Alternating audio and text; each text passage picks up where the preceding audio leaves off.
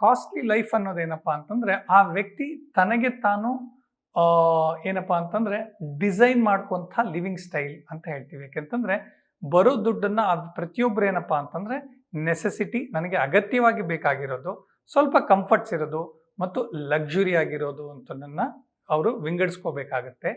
ಆ ಒಂದು ಆಧಾರದ ಮೇಲೆ ಅವರು ಖರ್ಚನ್ನ ಮಾಡ್ಕೋತಾ ಹೋಗ್ಬೇಕಾಗತ್ತೆ. ಒಬ್ಬ ವ್ಯಕ್ತಿ ಈಗ ಕಾಸ್ಟ್ಲಿ ದುನಿಯಾ ಇದೆ ಅಂತಂತಂದ್ರೆ ಅದಕ್ಕೆ ತಕ್ಕಂಗೆ ಕೆಲವು ಆದಾಯಗಳು ಇರುತ್ತೆ. ಹಾಗಾಗಿ ಪ್ರತಿಯೊಬ್ಬ ವ್ಯಕ್ತಿಗೂ ಏನಪ್ಪಾ ಅಂತಂದ್ರೆ ಶಾರ್ಟ್ ಟರ್ಮ್ ಗೋಲ್ಸ್ ಅಥವಾ ಶಾರ್ಟ್ ಟರ್ಮ್ ರಿಕ್ವೈರ್ಮೆಂಟ್ಸ್ ಮತ್ತು ಲಾಂಗ್ ಟರ್ಮ್ ರಿಕ್ವೈರ್ಮೆಂಟ್ಸ್ ಅಂತ ಇಟ್ಕೊಂಡು ಪ್ರತಿಯೊಬ್ಬರು ಇನ್ವೆಸ್ಟ್ಮೆಂಟ್ ಮಾಡಬೇಕು, ಸೇವಿಂಗ್ಸ್ ಮಾಡಬೇಕು, ಫ್ಯೂಚರ್ ಬಗ್ಗೆ ಸ್ವಲ್ಪ ತಲೆ ಕೆಡಿಸ್ಕೊಂಡು ಪ್ರಾಪರ್ ಇನ್ವೆಸ್ಟ್ಮೆಂಟ್ಸ್ ಮಾಡಬೇಕು.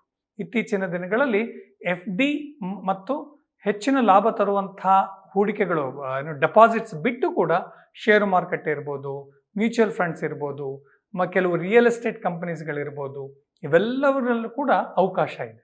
ಎಫ್ ಡಿ ಅನ್ನೋದೇನಪ್ಪಾ ಅಂತಂದ್ರೆ ಒಂದು ನಿರ್ದಿಷ್ಟ ಅವಧಿಗೆ ನಮಗೆ ಸಿಗುವಂತಹ ಒಂದು ಹೂಡಿಕೆಯ ಪ್ಲಾನ್. ಸಿಪ್ ಅನ್ನೋದೇನಪ್ಪಾ ಅಂತಂದ್ರೆ ಸ್ವಲ್ಪ ಸ್ವಲ್ಪ ಅಮೌಂಟ್ನ ದೀರ್ಘಾವಧಿಗೆ ಮಾಡುವಂತಹದ್ದು. ಯಾಕೆ ಅಂತಂದ್ರೆ ಸಾಮಾನ್ಯವಾಗಿ ಎಫ್ ಡಿ ಅನ್ನೋದೇನಪ್ಪಾ ಅಂತಂದ್ರೆ ನಾವು 6 ತಿಂಗಳು 1 ವರ್ಷ ಮಾಡ್ತಾ ಹೋಗ್ತೀವಿ. ಅದರಿಂದ ಬರೋ ಇನ್ವೆಸ್ಟ್ಮೆಂಟ್ಗಿಂತ ನಾವು ಆ ನಿರ್ದಿಷ್ಟ ಅವಧಿ ನಂತರ ನನಗಿರುವಂಥ ಒಂದು ಅವಶ್ಯಕತೆಗೋಸ್ಕರ ಎಫ್ ಡಿ ಮಾಡ್ತಾ ಹೋಗ್ತೀವಿ. ಸಿಪ್ ಅನ್ನೋದೇನಾಗುತ್ತಪ್ಪ ಅಂತಂದ್ರೆ ನಮಗೆ ಎಫ್ ಡಿಗಿಂತ ಹೆಚ್ಚು ಆದಾಯ ಕೊಡುತ್ತೆ.